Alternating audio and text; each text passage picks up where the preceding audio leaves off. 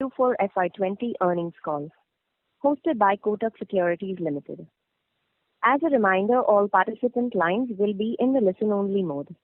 There will be an opportunity for you to ask questions after the presentation concludes.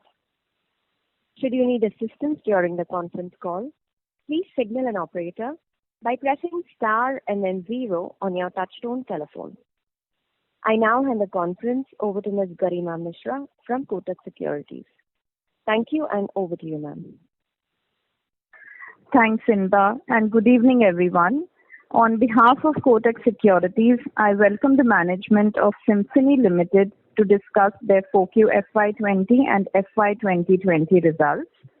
We have with us senior management of Limited, represented by Mr. Achal Bakeri, Chairman and Managing Director, Mr. Rupesh Shah, Executive Director, Mr. Bhadresh Mehta, Global CFO, and Mr. Milind Kotecha, Manager IR and Treasury. I now hand over the call to the management for their opening comments. Thank you, and over to you, sir. All right. Thank you very much.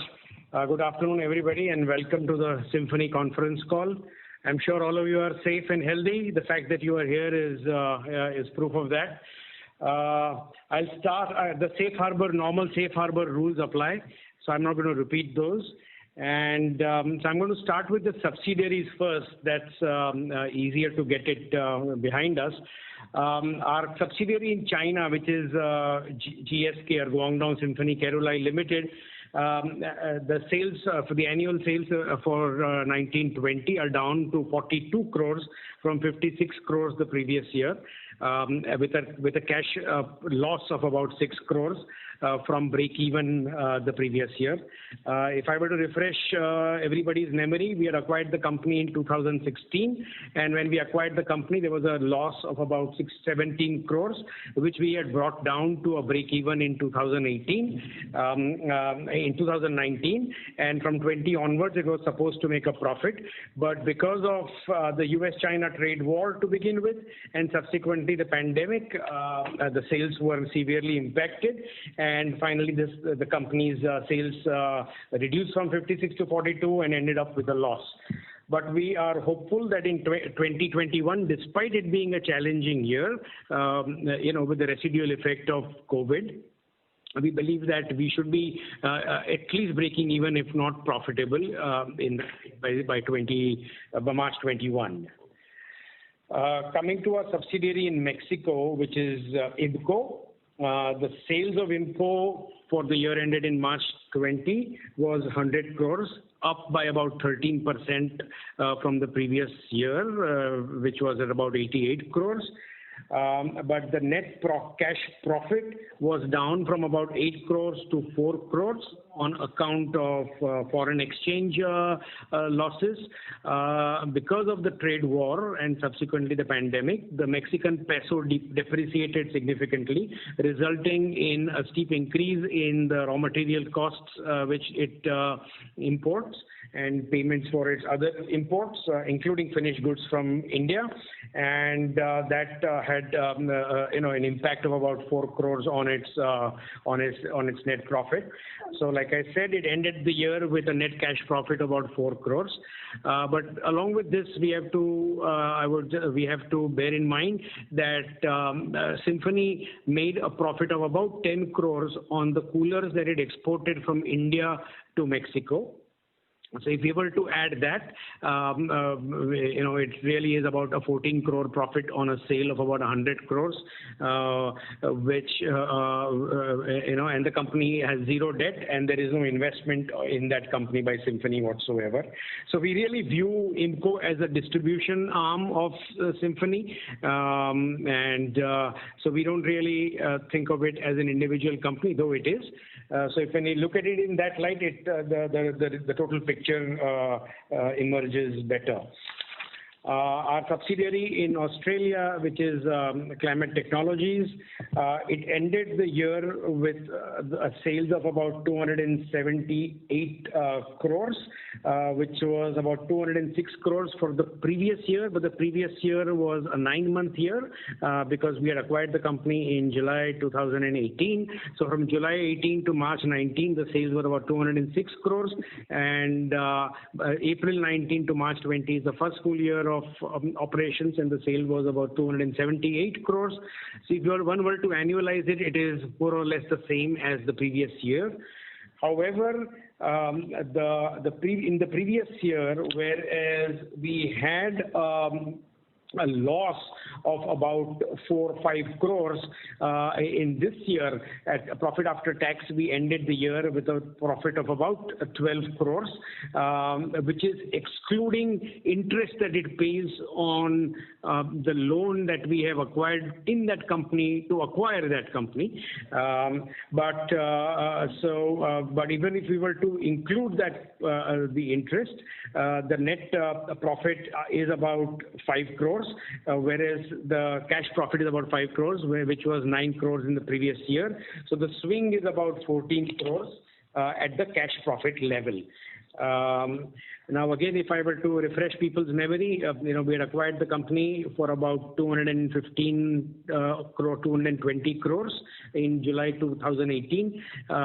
But we had taken a acquisition loan of about 135 crores at the company, at the subsidiary level, the interest of which is paid by the subsidiary, which is the tax deduction in Australia. So the real investment in that company by Symphony is about 80 crores. So that 80 crores has, that's a real investment. And like I said, there has been a significant improvement in the performance of the company in terms of its profitability, from a negative 4 crores to a positive 12 crores. This is primarily on account of major initiatives embarked upon to reduce its cost of goods sold and reduce its cost of doing business. And those initiatives still continue, and in the current year and going forward, we expect this pace to continue. Moreover, there is significant emphasis on increasing the top line, both in Australia and the US, both of which are bearing fruit. And just like Mexico, we also sort of view Australia in the long term as a distribution arm of Symphony. So it will sell coolers produced in India and sold by Symphony and in Australia and in the US. Whereas it will continue to produce heaters locally, which since Symphony India does not produce heaters. So apart from heaters, the entire cooler business will basically be sourced from India. And so it will also be like a distribution front for Symphony India. Coming to Symphony Limited standalone, as we have conveyed in the past, the previous year 2019 was an aberration because we had a very bad summer of 2018, the April to June quarter of 2018, because of which the sales in that financial year were significantly lower than in the previous financial year. But as we had said that by 1920, the company will revert back to its normal levels, which it has. So the sales is 716 crores versus 524 522 of last year and 687 of 2018. And the profit after tax is also 186 against 101 of last year and 183 of 2018. So both at the top line level, at the bottom line level, and at the margin percentages level, we are more or less back on track with 2018. My colleague Nupesh Shah will be delving further into the numbers, so I will not repeat those at the moment. At the consolidated level too, for the first time, Symphony Limited has crossed the 1,000 crore turnover mark, and it ended the year with a turnover of about 1,100 crores. Once again, my colleague Nupesh Bhai will go into further details about the specific numbers. If I were to quickly sort of cover the immediate situation because of COVID, up until the middle of March, the company was doing extremely well. Sometime in 2019, the company had introduced several new models which were very, very well received by the market, and business was pretty good. Then, of course, in the last fortnight of March, because of the lockdown, the company, we estimate that we have lost sales of about 15 to 17%, about 20 to 25 crores, because because of the lockdown, we couldn't carry out those deliveries.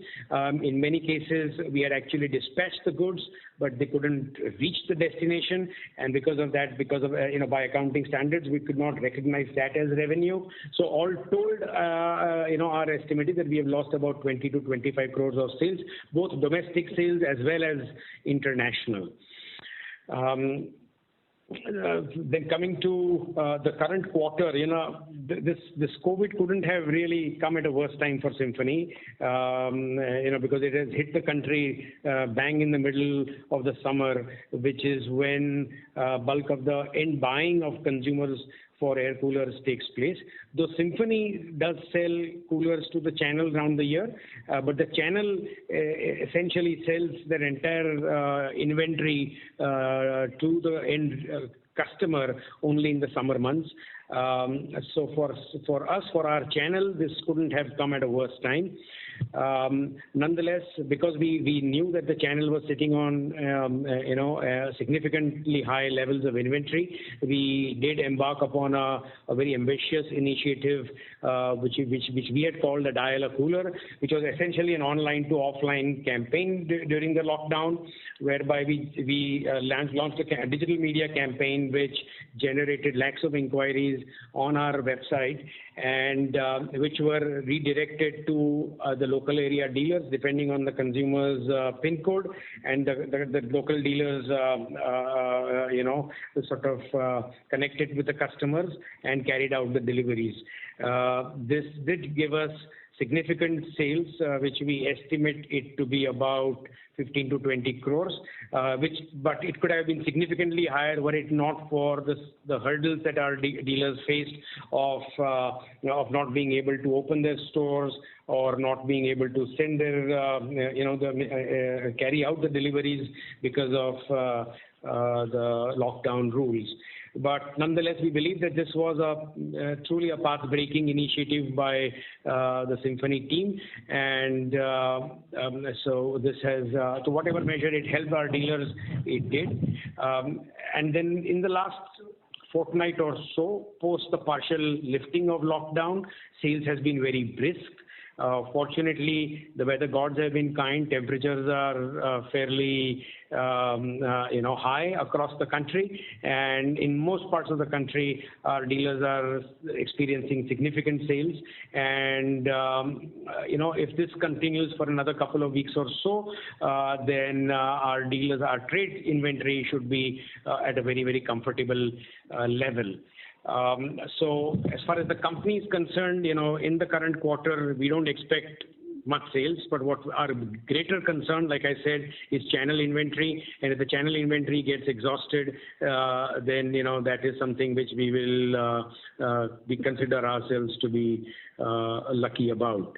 As far as the company is concerned, we don't expect it to be, a fraction of last year's sales, maybe 20% or something like that of last year's sales.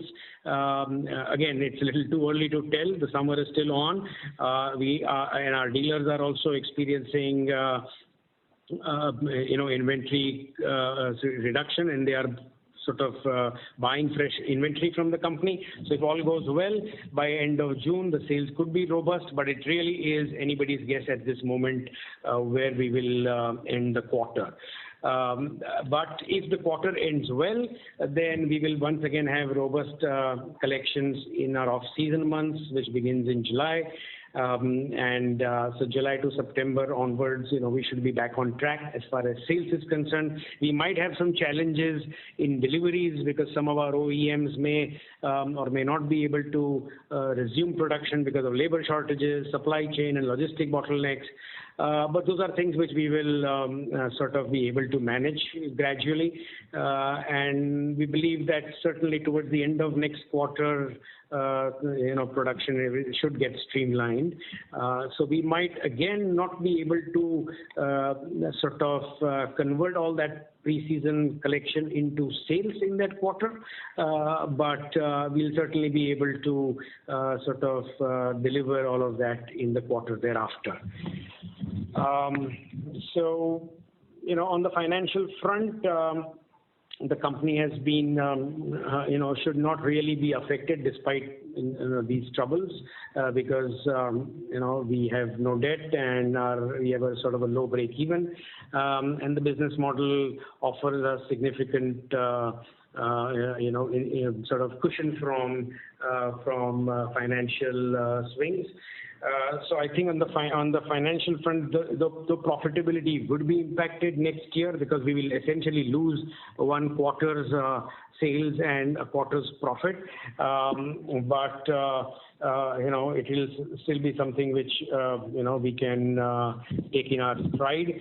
But all the effort that had been put into the new product development, new campaign, the distribution initiatives, all of that which were meant to bear fruit in this quarter will now really get pushed back to sometime towards the end of this financial year. So sometimes towards the last fortnight of this, last quarter of this year onwards, all of that should bear fruit.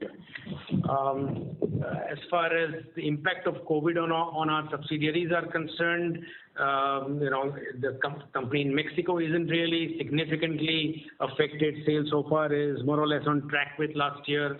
Kerala will be affected. The GSK subsidiary in China will be affected. But like I said before, despite that, we believe that we will be able to, end the year with better sales than 19-20 and at least break even, if not make a profit.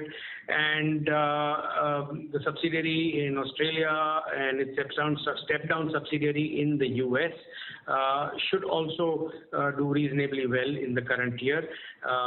If there is some impact of COVID, but even if the top line does not move significantly, the bottom line should surely be better than the previous year.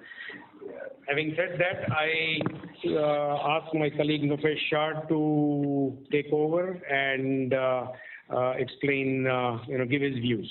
Thank you. Thanks, Achal bhai. So, coming to specific financials, of course, standalone and consolidated top line details Achal bhai has shared. But in terms of the quarterly performance, for March quarter on a standalone basis, complete sales stands at 154 crore versus 138 crore, after losing about 25 crore of quarterly sales. But still, this leads to about 12% YOY growth. And on annual basis, the standalone growth is about 37%. Coming to EBITDA to gross revenue percentage, for the year as a whole, EBITDA stands at about 32% versus 26%, which is one of the highest in last many years. And at a PAT level on a standalone basis, for the quarter, it stands at about 45 crore after booking exceptional item versus 19 crore. And for the year as a whole, it is 186 versus 101, which, by the way, is the record PAT historically on a standalone basis. And this translates into PAT to gross revenue percentage approx 25% versus 18%. And importantly, in terms of the deployment of the capital and capital efficacy, for the year, our weighted average capital employed in the business was negative 16 crore versus 45 crore, which proves again the strength of our business model, which is asset light, capital light, and quite cost conscious company. And this translates into, as denominator is negative, actually PBIT percentage on capital employed infinite. And in terms of domestic and international growth for the year, the domestic business grew by about 40%, while rest of the business, that is exports from India, grew by about 14%. And at the year end, company stood on treasury in excess of 433 crore, which is in addition to our equity investment in subsidiary companies. And coming to consolidated financials, YOY, the growth is 31%. Of course, April to March 19, climate technology was for 9 months, so it's not really a comparable figure. But consolidated gross margin percentage stands at about 47%, while EBITDA margin percentage on consolidated revenue is about 22 crore, which is again one of the highest. And PAT stands at about 182 crore versus 91 of previous year, which is about 16% versus 10% previous year. And on a consolidated basis, the capital employed in the air cooling business stands at about 197 crore, and that translates into PBIT percentage on capital employed about 104%. And as far as return on net worth is concerned, it's about 27% for the year ended.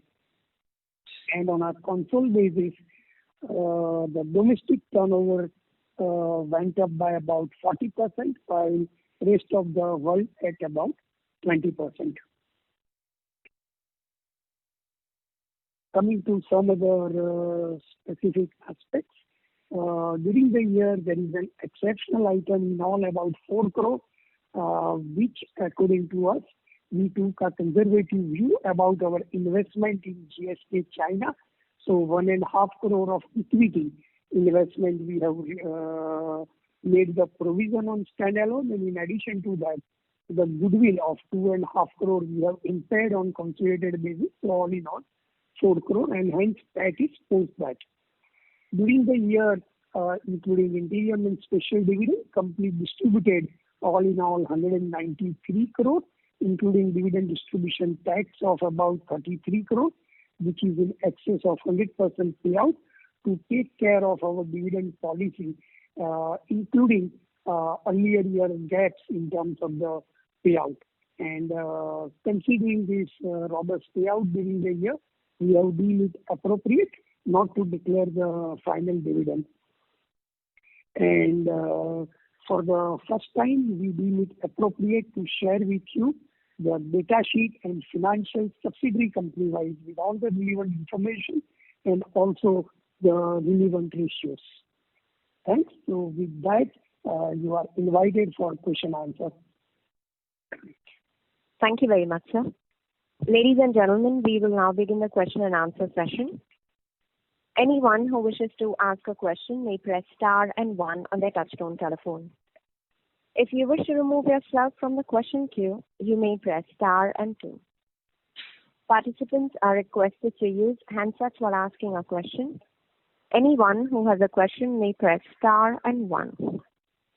Ladies and gentlemen, we will wait for a moment while the question queue assembles. Our first question is from the line of Naveen Trivedi from HDFC Securities. Please go ahead. Yeah, hi, good evening everyone, and congratulations on a good set of numbers.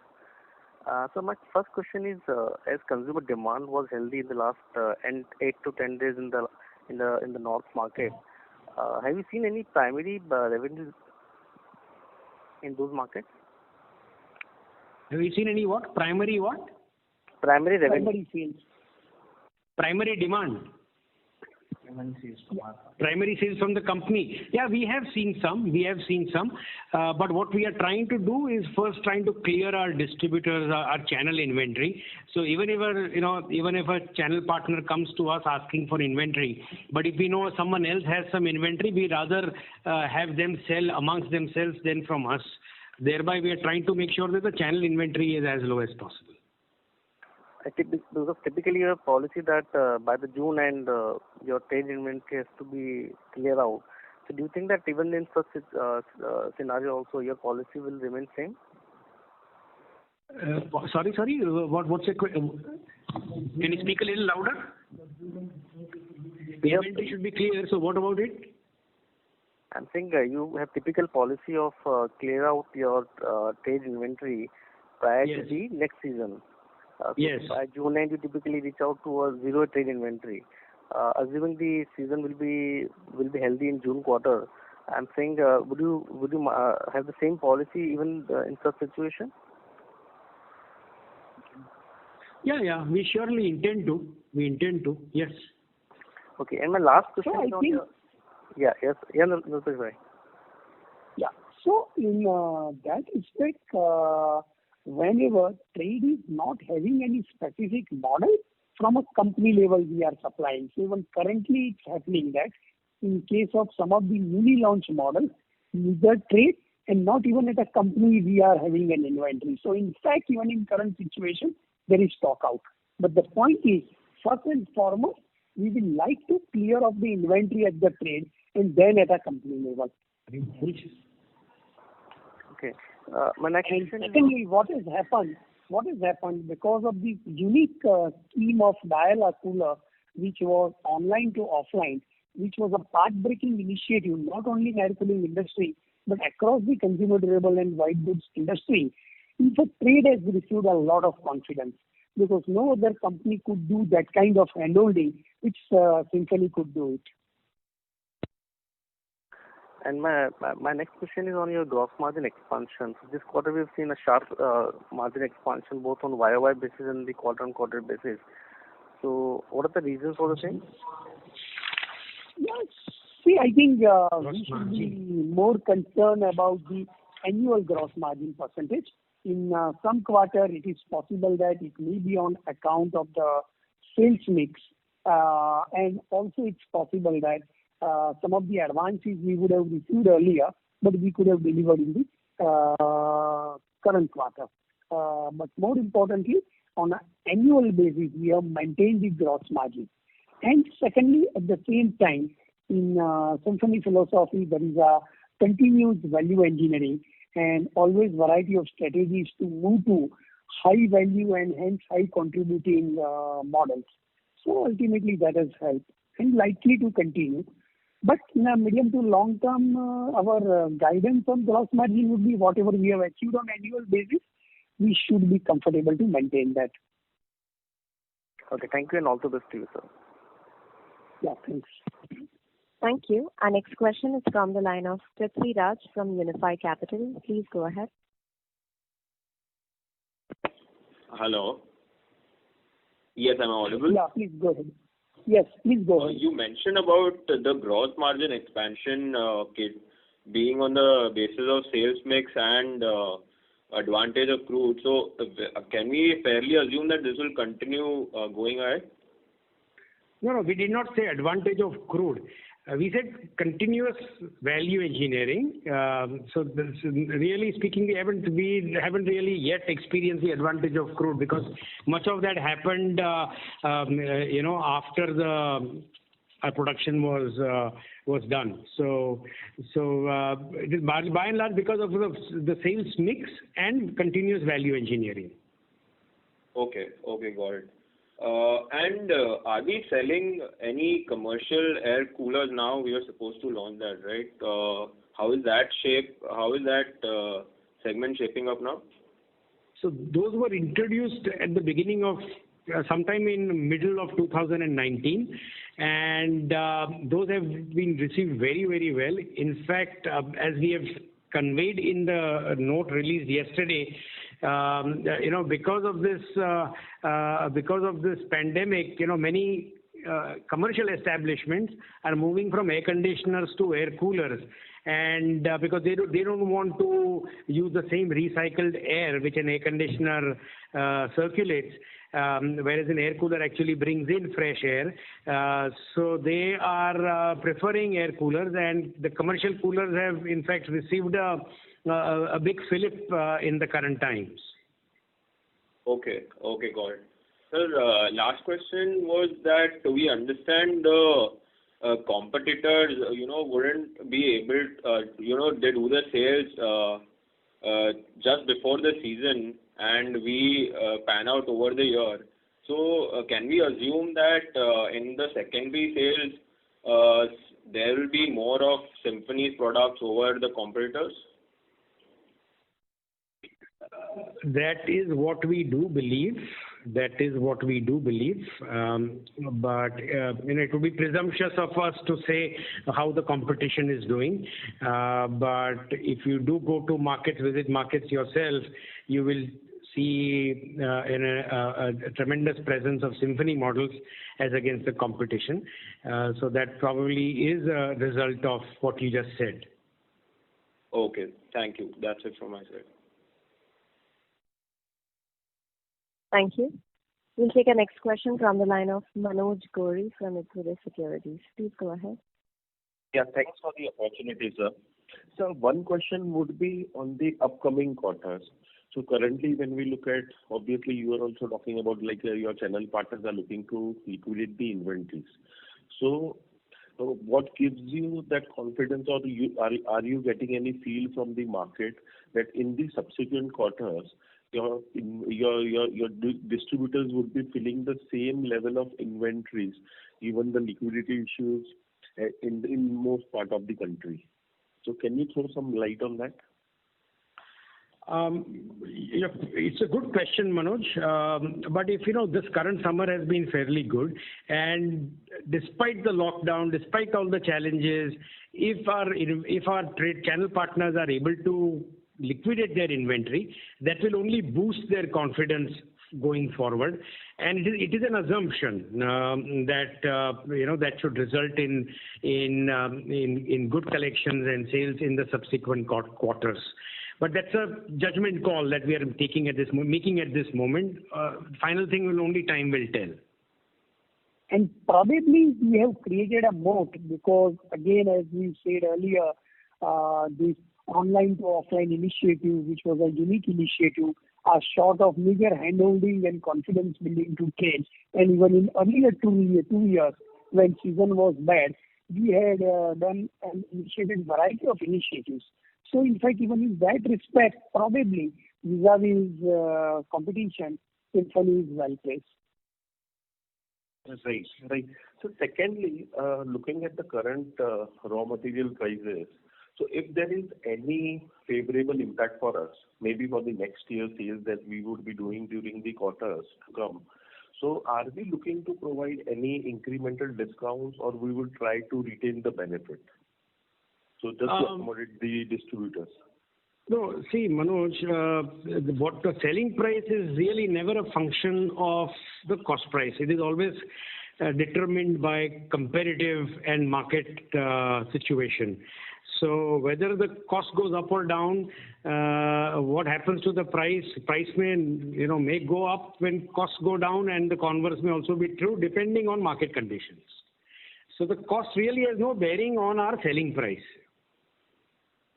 Right, sir. So can you throw some more light on Australia, like what's the current situation, like on the lockdown, how those markets are opening, or whether they still continue to remain closed? No, they are not closed. In fact, most parts of Australia are open.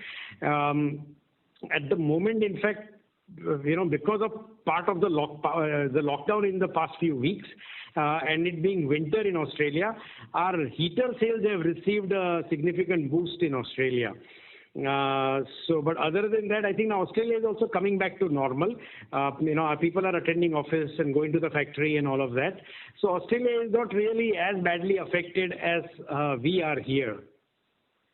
Right. And by and large, in the current year, post 1st April, current year sales is almost in line with last year. Okay. And That's great. the step-down subsidiary of Australia, which is Bonner USA in USA, in fact has seen significant uptick in cooler sales, and more so the portable cooler sales which go from India, basically because people are sitting at home and they need comfort cooling. What applied to heaters in Australia is applying to coolers in USA.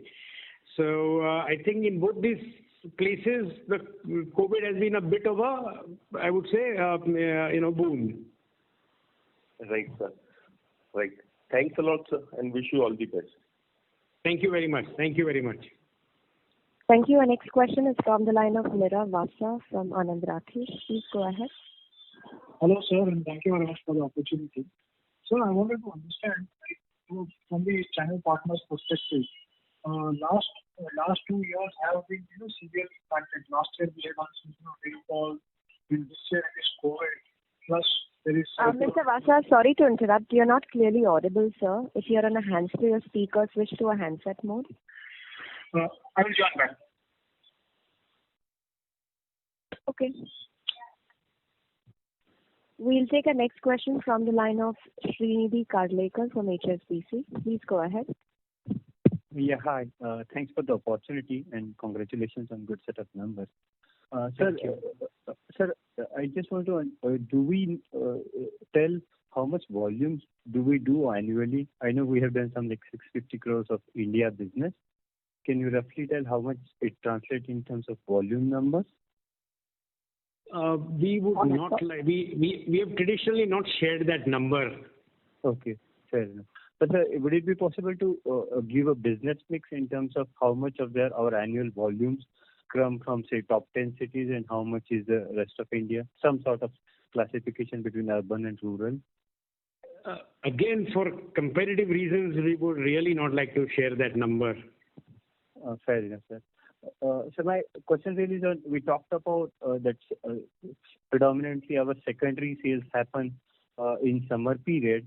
Would it be broadly possible to tell how much is there at all any secondary sales apart from the summer season? Because we know for AC there is at least some sales that does happen in non-summer period. There is a typically second summer that we talk about during October, November. So I just want to know how much is the non-summer sales, secondary sales do happen for the air cooler category?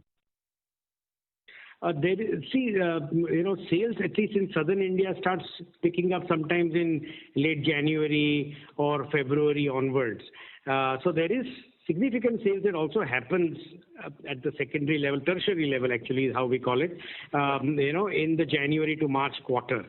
But the big, the wheat belt of northern and central India, which is the big market for air coolers, and eastern India, they are the ones that pick up in the April to June quarter. Okay. And sometimes, occasionally during that September, October, especially in northern India and Rajasthan, etc., when there is a rainy season, air coolers are being used for a gift also. So there is some such occasional sales. And apart from that, in the past years, when there was an extended summer, not only in the month of June, but even in July also, secondary sales have happened. So it really depends how summer behaves. Right. Okay, sir. And last one, sir, so we did talk upon that May sales has been quite brisk at many of our retail points.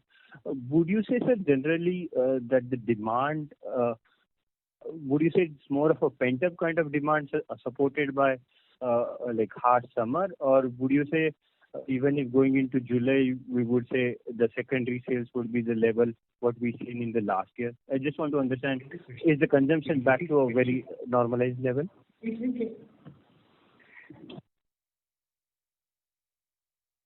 Hello. No. I didn't quite understand your question. Okay, sir. So we talked about our May sales have been quite brisk at many of the retail points. I just want to understand, is the consumption for, say, air cooler category is back to the normal levels, like pre-lockdown, or say what we seen in the 2019 levels? Yeah. So just is that right way to interpret, or you would say it could be a function of pent-up demand and more of a harsh summer season? So just your view on that, sir. That's my last question. So sales going forward could be pent-up demand also. Okay, why don't you have understood the question? Yeah. So you are right. One is a partly pent-up demand because whatever demand could not be satisfied during 2 months. But on top of it, air cooler is such a product when there is a lot of instant buying. Secondly, what's also happening, even during this time, there is a lockdown situation. So at home, when people don't feel their comfort, they need to buy the air cooler. And as we have circulated in the note yesterday, there is a government advisory, there is a WHO advisory, whereby there is a strong recommendation that there has to be a air circulation.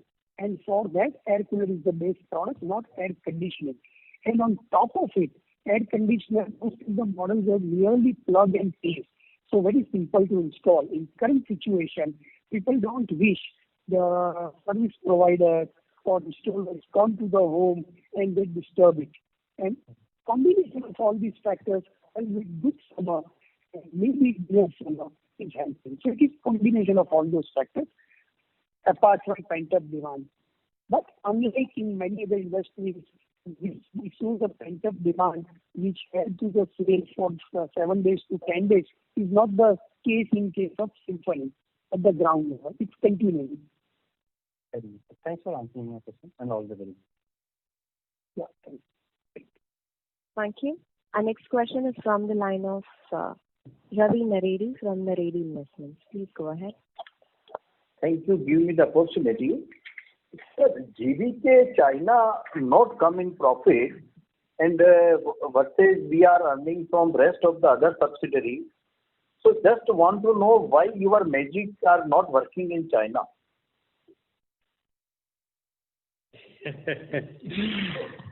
Because you are magician in the business, really.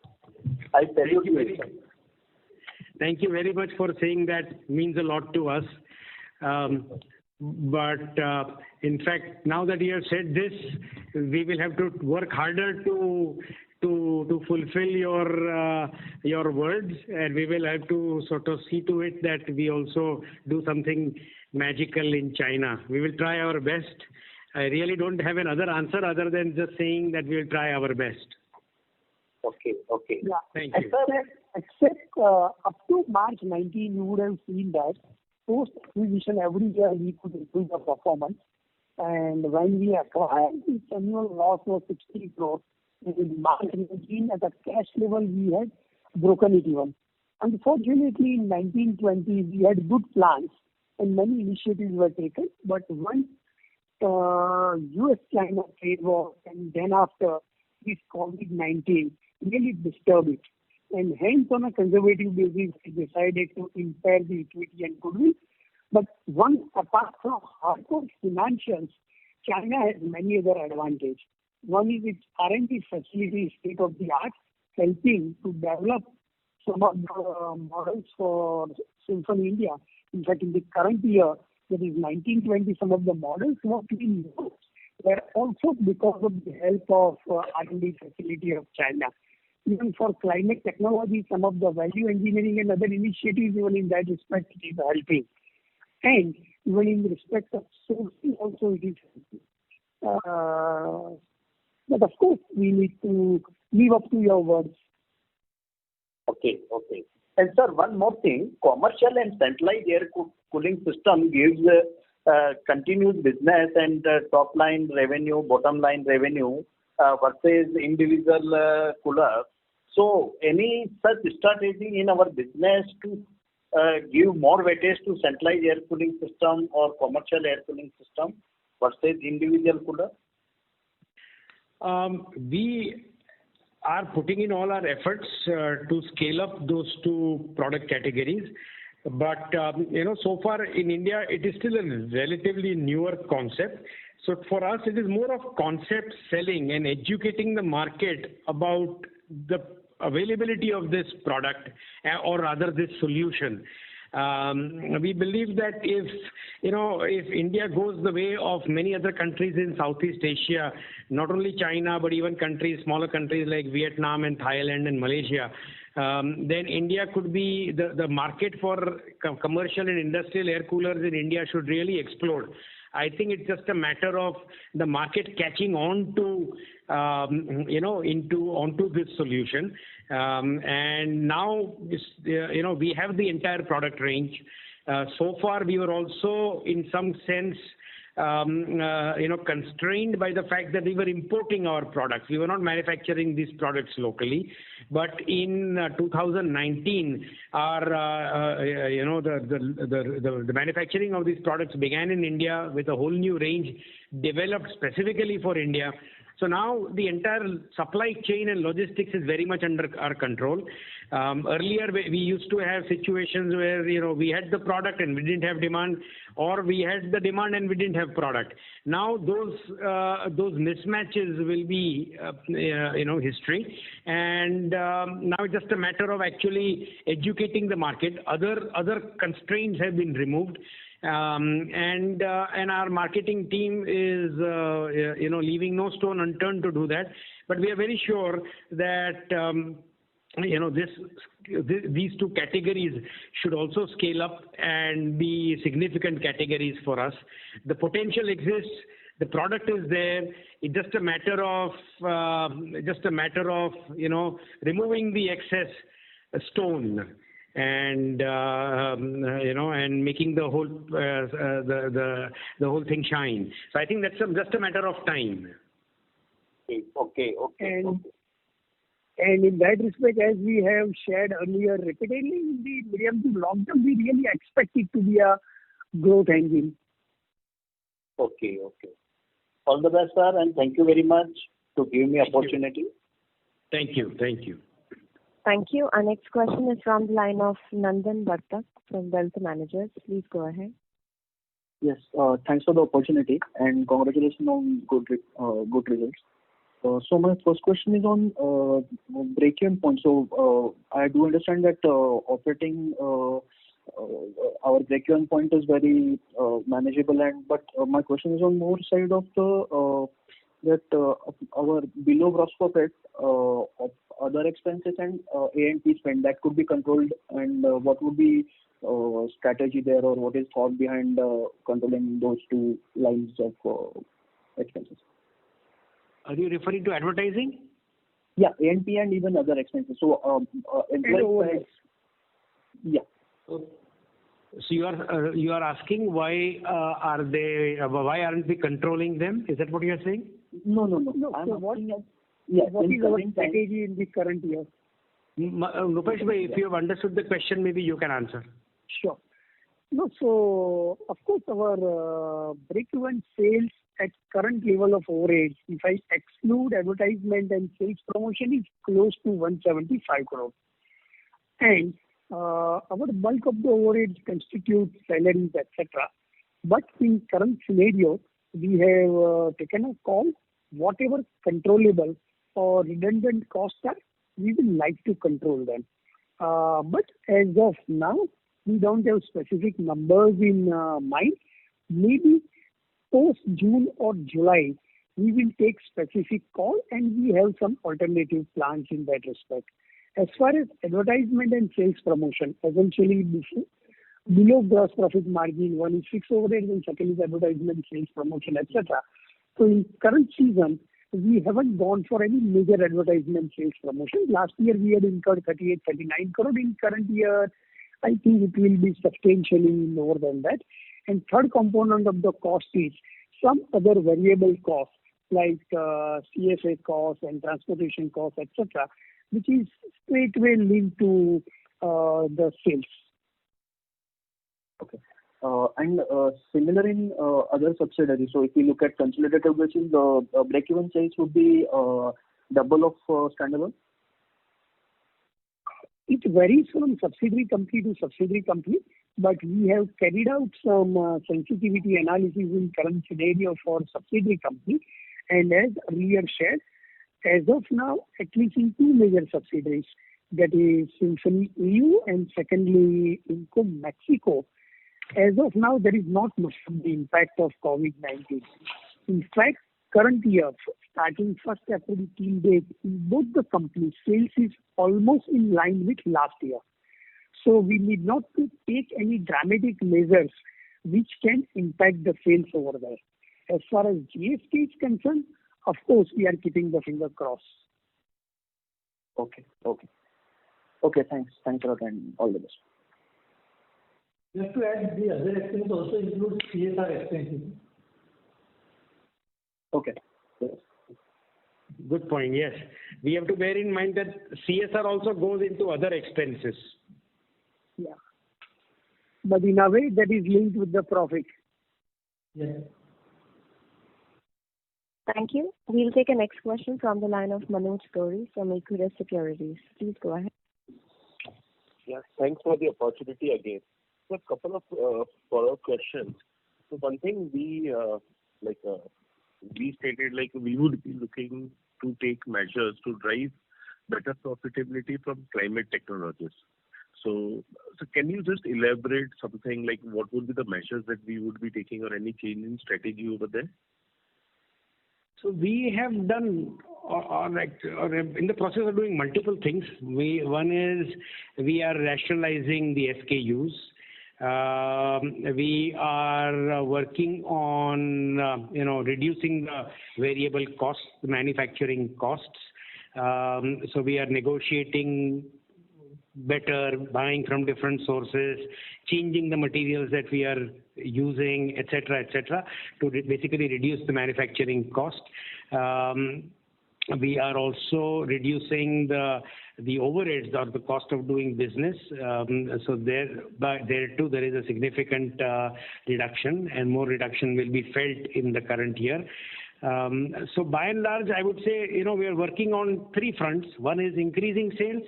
Second is reducing cost of goods sold, and third is reducing cost of doing business. So essentially, this is what we are doing.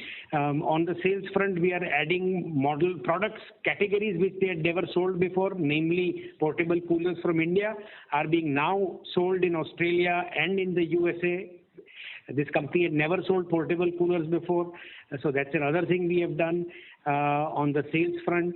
On the cost reduction, like I said, manufacturing front, we are taking various initiatives to reduce the cost of goods sold, and on the overheads front also, we have done significant work, and going forward, in about 2, 3 years, 4 years time, this company will look completely different than it does now, and it will be a very, very lean and mean profit-making machine. Right. Wow, that's great, sir. So secondly, if you look at in the current Indian market, many markets are doing extremely well because of the harsh summer. Can you just give a qualitative answer, what would be the inventories that would have been liquidated over last 10 to 15 days? So suppose if at the end of March, your entire channel was carrying roughly around 100 units. So what would have been liquidated in last 10, 15 days? 40%. Maybe about 40%. Okay. So if suppose if the current scenario remains for another 15, 20 days, so we might see maybe around another 30-35% of inventory liquidation, so which should be a very positive picture for us. That's correct. Although this time the summer has been delayed, so the expectations are that it might even spill over into July. So that happens, and the situation will be very, very comfortable. And whatever little inventory the company is also sitting on should also get cleaned out. Right, sir. So that's very encouraging. Thanks a lot, sir. Thank you. Thank you. We'll take a next question from the line of Hitesh Tong from ICICI Securities. Thank you, sir. Thank you for the opportunity, sir. Sir, pertaining to the last question only, just wanted to know how many days of inventory do we have at company level? At the moment, or you're talking about in March? No, at the moment. At the moment, depends on how fast it sells. Normally, under normal circumstances, this would have been what we have now would be less than a month's inventory. Okay, and you're saying like 40% of inventory has liquidated in the channel front, right? Yes. Okay, sir. And sir, second thing, wanted to know for the how many. Hello. Yes. Sir, I just wanted to know how many channel partners or dealers have we added during the year, sir? Have we added? Yes. Again, does it really matter from an investor's perspective? Again, that is sort of confidential information. Okay. But it's a continuous process. Numbers are not being shared. Okay. Just if not number, then would it be 10% over the last year or 12% over the last year, kind of? Again, we would really refrain from disclosing that information. Okay, sir. Thank you. That's all from my side. Thank you. Thank you. Thank you. Our next question is from the line of Devanshu Sampat from Yes Securities. Please go ahead. Yeah, hi, sir. Good evening. So just two questions. One is a follow-up on your comment on, the aspiration we have or the plans that we have for the commercial industrial side of the business. So, we have been pushing this business for a while. I think, we sort of changed gears after we bought the Inco assets, and the plan was of seeing good growth. Since from then, it's been a couple of years. So what exactly is the feedback from the end user as to, this segment not meeting our internal targets all these years? Frankly, whoever has actually installed those coolers are extremely happy, and they are wondering why they did not use this before. But it's a question, it's a cultural thing. I think in India, say as far as factories go, most factory owners don't want to spend anything on providing comfort to their workers. Whereas, in places like China or Southeast Asia, unless the working environment is comfortable, workers will not even come to work, or in fact they will ask for an allowance, a hardship allowance. So I think it's more a matter of having a more aware and a more conscious management or a culture about providing better comfort to their employees, especially at the factory level. So I think it's a cultural thing. It's a transition which is a work in progress, and we are seeing that people are becoming more aware of that. So I think it's just a matter of time. But again, this COVID has helped us, because the kind of inquiries that we are seeing now is certainly better than we had seen in the past. So I think this is also probably something which is going to be the tipping point. In that respect, there are reports from NASA. There is a report from IIM whereby clearly it proves that there is a correlation between the productivity and temperature inside. So even in that respect also, there is a clear-cut commercial benefit. Okay. So on an average, what can be the average investment that would be required for setting up such a unit? If you can just give me a ballpark figure. Again, we wouldn't want to venture into that, but suffice it to say that whatever money we have invested in these verticals, commercial and industrial coolers, has already been recovered. No, I'm asking in terms of company that may want to set up at a factory.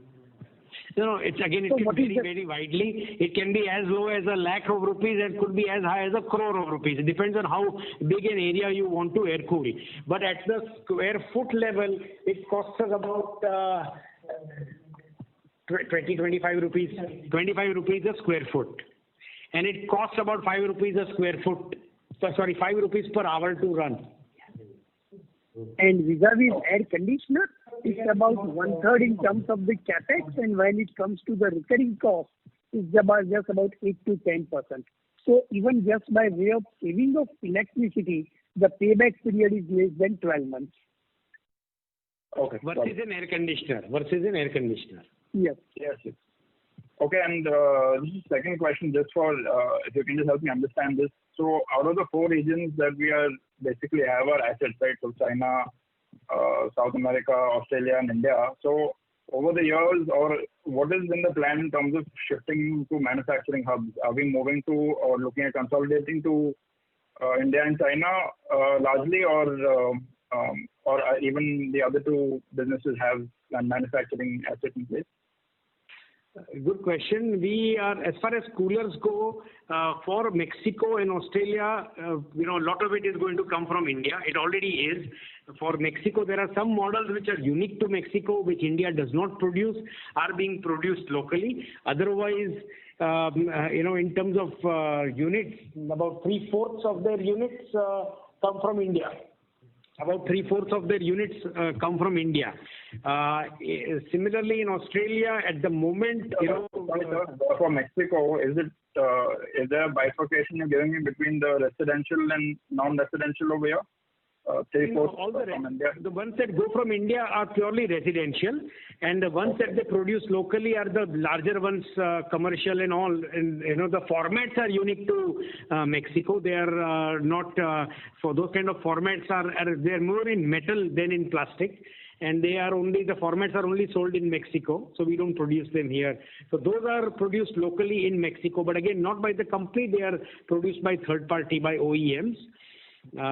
Sure.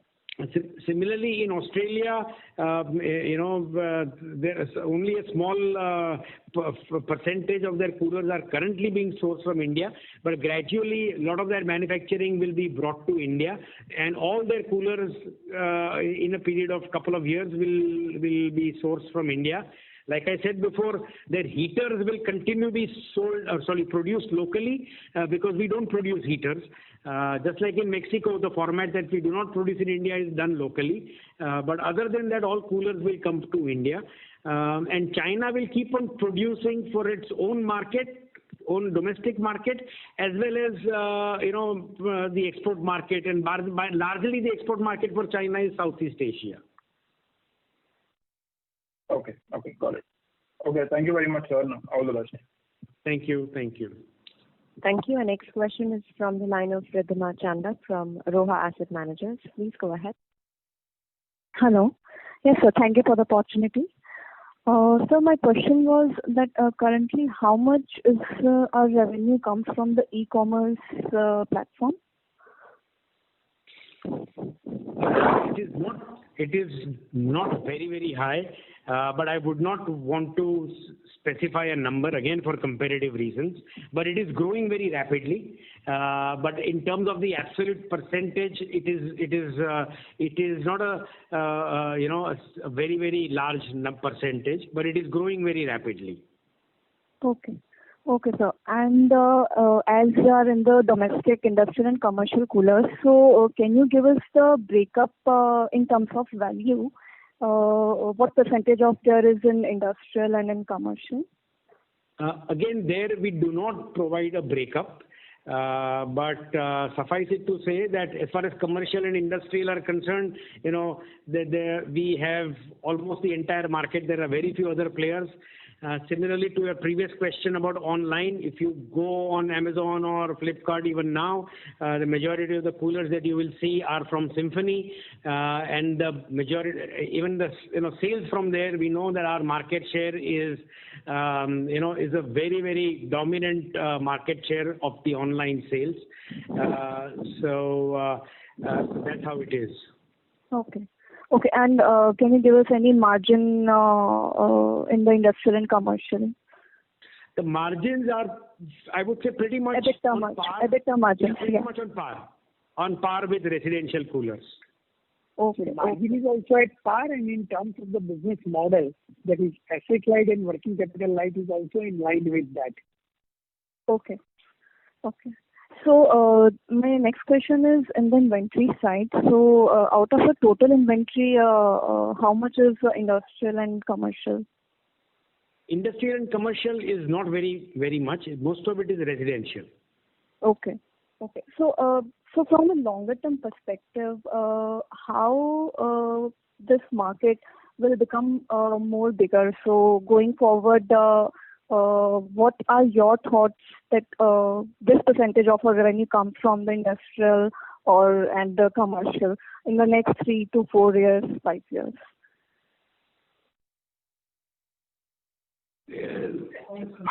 So how are you saying how will this market grow? Yeah, actually. The size of industrial and commercial air cooler in 3 to 5 years. For commercial and industrial coolers. Yeah. So again, how it will be difficult to give numbers, but if you're talking about what process that we are doing to help it grow, then our sales and marketing team are taking various measures to make it happen, and they are really evangelizing the concept across the country. But in terms of numbers, what they will be like in 3 or 5 years is difficult for me to say. Okay. So then my question is on cost side. So in the current year, due to this pandemic and all, how much in terms of quantity, how much do you think percentage will reduce basically overall? In terms of quantity, what will reduce? So how much percentage of the cost you will be able to reduce in the current year, FY21? Yeah, cost. Yeah. You're talking about manufacturing cost or other costs? So overall, all the costs like raw material and all the other expenses, other operating. See, raw material cost is a variable cost. If we sell less, we will produce less, and therefore it will cost less. Similarly, on advertising, we have significantly scaled down our advertising for the current quarter, which is normally the peak advertising quarter. So we have done that. And on the other costs, because of the pandemic, travel is anyway not happening, so there is a natural sort of a saving in cost over there.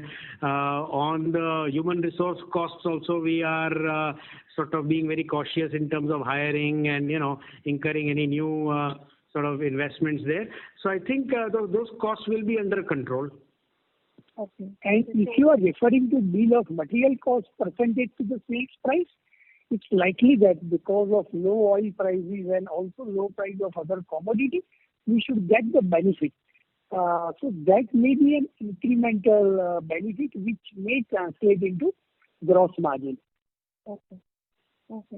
And for the current year, how much capex you are looking for?